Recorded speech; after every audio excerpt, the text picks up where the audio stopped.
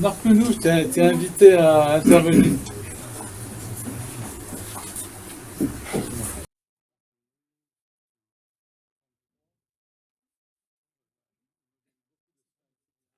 Marc Menouche, record absolu pour le nombre de ses interventions.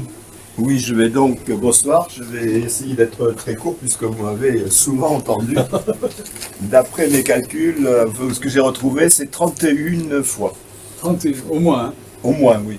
Au moins, pas au moins. Mais il est vrai que mon titre universitaire étant maître de conférence, je ne pouvais pas faire moins. Ah,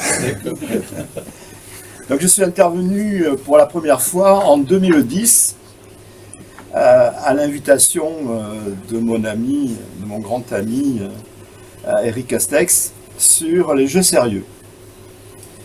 Et ce jour-là, je n'avais aucune idée de ce qui m'attendait. Depuis, j'ai été littéralement happé par le club.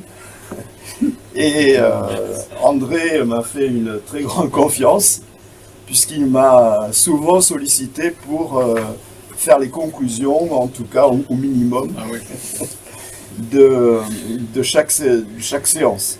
Voilà. Donc ça fait déjà 15 ans de vie commune, et c'est pas mal. Et même lorsque il y avait à peu près 16 500 km qui nous séparaient et 10 heures de décalage horaire. Le jour se levait quand tu commençais à parler. Voilà. Il me semble que tu as oublié, je suis intervenu depuis la Nouvelle-Calédonie ou depuis le Vanuatu, je me souviens plus. Le Vanuatu, oui. Et là, c'était vraiment un décalage horaire, 10 heures. Voilà, et donc c'était une prouesse aussi technique de plus.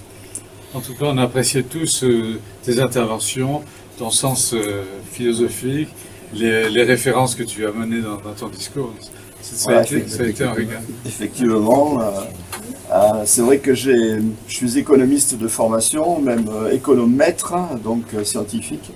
Mais après, j'ai fait de la psycho, de la socio et de la philo comme étude, pour justement essayer de mieux comprendre ce qu'était l'économie.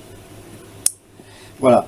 Je dois dire que je suis très content d'être finalement d'avoir été happé par ce club parce que ça me stimule.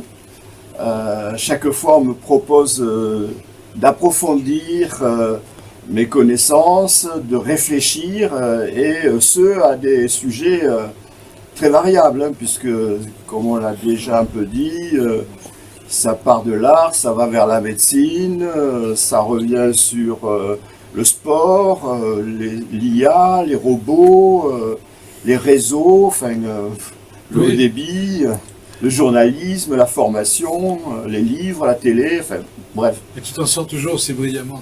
Merci. J'essaie. Donc je suis très reconnaissant au club, puisque en fait il m'enrichit. Il m'enrichit aussi du fait de l'intervention des autres personnes. Hein. Chaque fois, ce sont des bénévoles, je tiens à le dire, hein, mais qui sont très très pointus.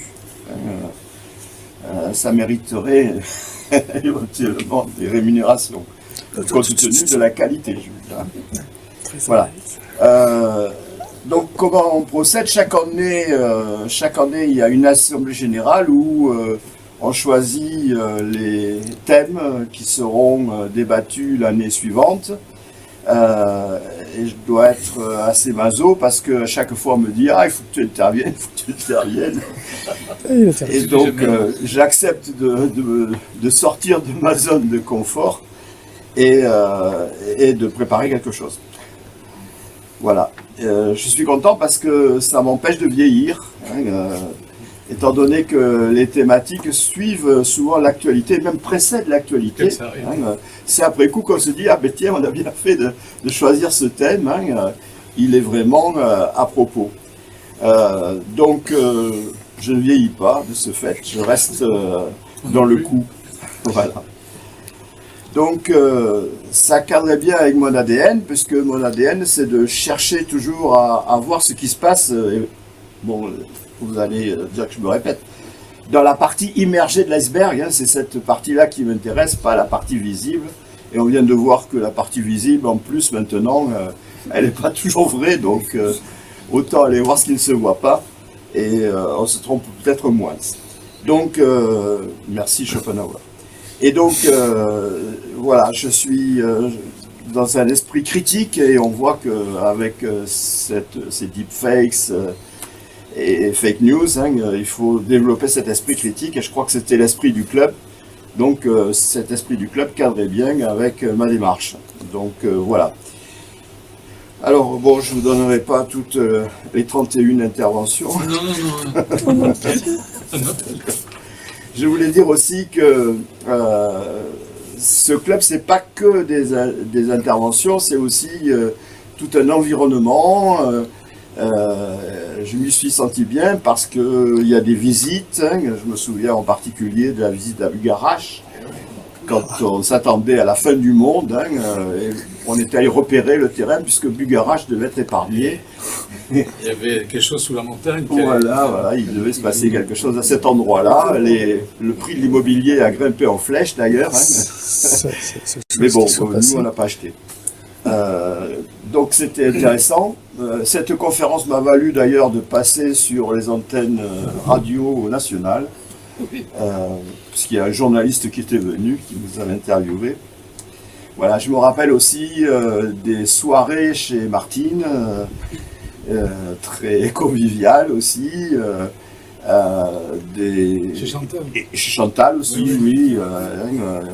Chez Hélène aussi. Chez Hélène, il y en a eu un peu partout. Chez les assemblées générales, chez André, et puis les repas au restaurant qui suivent les conférences. Tout ça, donc il y a eu vraiment une ambiance intéressante dans ce club. Et pour terminer, je dirais que ce qui m'a plu aussi, c'est que je n'ai pas senti de rivalité dans ce club. Tout le monde vient, apporte sa richesse, la partage. Personne ne veut prendre la place de l'autre. J'aimerais bien que ça m'arrive. Et donc, toute l'énergie est entièrement tournée vers l'énergie de production et pas vers l'énergie d'entretien, comme dit Kurt Lewin. Il faut bien que je fasse des citations quand même. Sinon, on ne me reconnaîtra pas. Donc, voilà. Et je suis content parce qu'en tant qu'économiste, on parle toujours de bien commun. Eh bien, je crois que la richesse intellectuelle que nous partageons ici, c'est un bien commun. Et l'intérêt d'un bien commun, c'est qu'on peut le partager sans s'appauvrir. Voilà, je vous remercie.